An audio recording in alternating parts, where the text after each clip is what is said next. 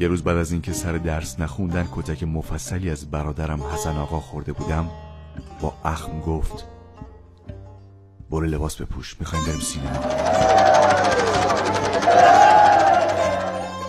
من تا اون موقع فقط اسم سینما به گوشم خورده بود. یه چیزایی هم از بچه ها و فک و فامیل شنیده بودم، ولی نمیدونستم چجور جاییه.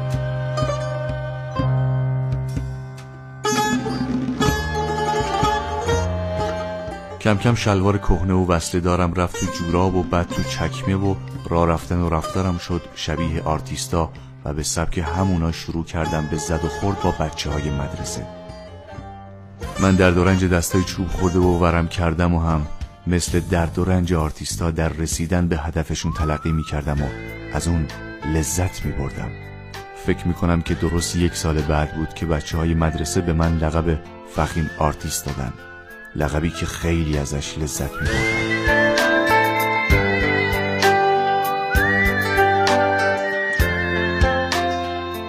یه دفعه که داشتم از بهارستان رد می شدم، سمت چپ ضلع شمالی میدون چشم افتاد به سردری ساختمون که روش نوشته بودن اداره هنرهای دراماتیک. چون یه کمی فرانسه بلد بودم کلمه دراماتیک برام آشنا بود. 2-3 دفعه به گوشم خورده بود. میدونستم که با تئاتر و نمایش ارتباط داره. روی در یه آگهی کوچیک چسبونده بودن که روش با خط دستی نوشته بودن تعلیم بازیگری، استاد حمید سمندریان. کلمه تعلیم بازیگری خیلی برام عجیب بود. تعلیم بازیگری یعنی چی؟ مگه میشه بازیگری رو تعلیم داد؟ از ساختمون زدم بیرون و تمام راه توی رویای بازیگری بودم.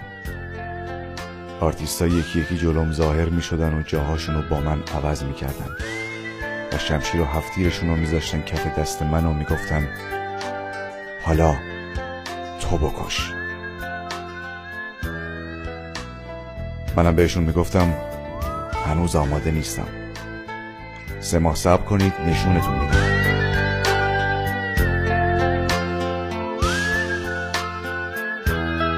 مطمئن بودم 3 ماه دیگه یه آرتیست درست و حسابی از این کلاس میام بیرون.